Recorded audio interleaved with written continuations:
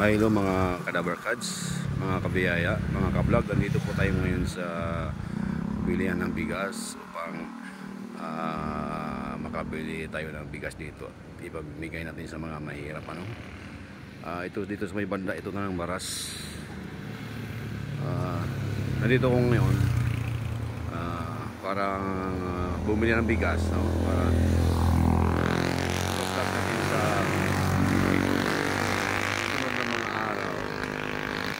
dahil ngayon po medyo alanganin na po sa oras. Itong inyong lingkod nagpa-renew ng lisensya ngayon. Dumaan tayo dito sa may pinagbilihan ko rin dati ng bigas na 20 sako.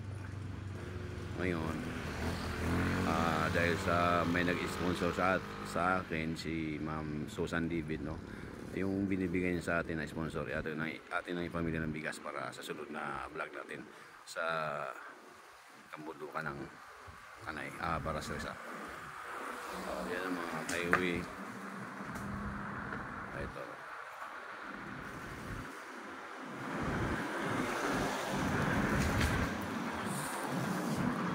Tayo medyo namimili ng medyo magandang klase ng bigas naman para hindi naman tapo tayo mapapahiya naman sa ating mga bibigyan. Tumulong na nga rin tayo naman, maghanap na tayo ng medyo magandang klase naman. Mayroon po dito tag 280. Yan po ating bibilihin ngayon. Ayan.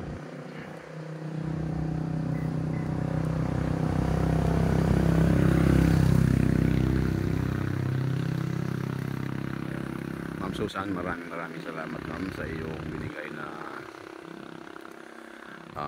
sponsor na ito ngayon. Atin na pong pinambili ng bigas, ma'am. Sana po wala po kayo sa magbibigay po ng tulong po sa ating mga mahirap na kababayan dito sa may bandang Rizal. Sa mga tao na gustong tumulong sa Christian TV, Charity Vlog, ako ngayon pa lang po, ako ay nagpapasalamat na po sa inyo. Magandang may mabuting kalooban sa pagbibigay ng tulong sa ating mga kapwang mahihirap sa buhay na nanirahan dito sa area ng Baras Rizal. Dito muna tayo sa area na ito nakatutok, kasi dito pa lang po marami na po tayong dapat tulungan sa hirap ng buhay.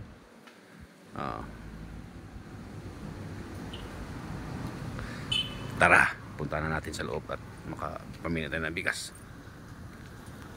Pabili.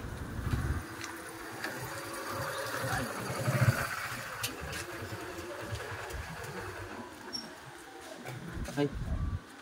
Kaya 2.5 isa, tapos isa rin ito. Isang kilong 2.5 at saka isang piso.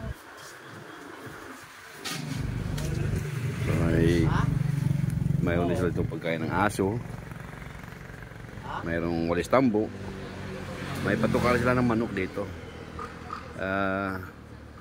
Kung sino man po yung gustong bumili dito, pumunta lang dito sa may Baras,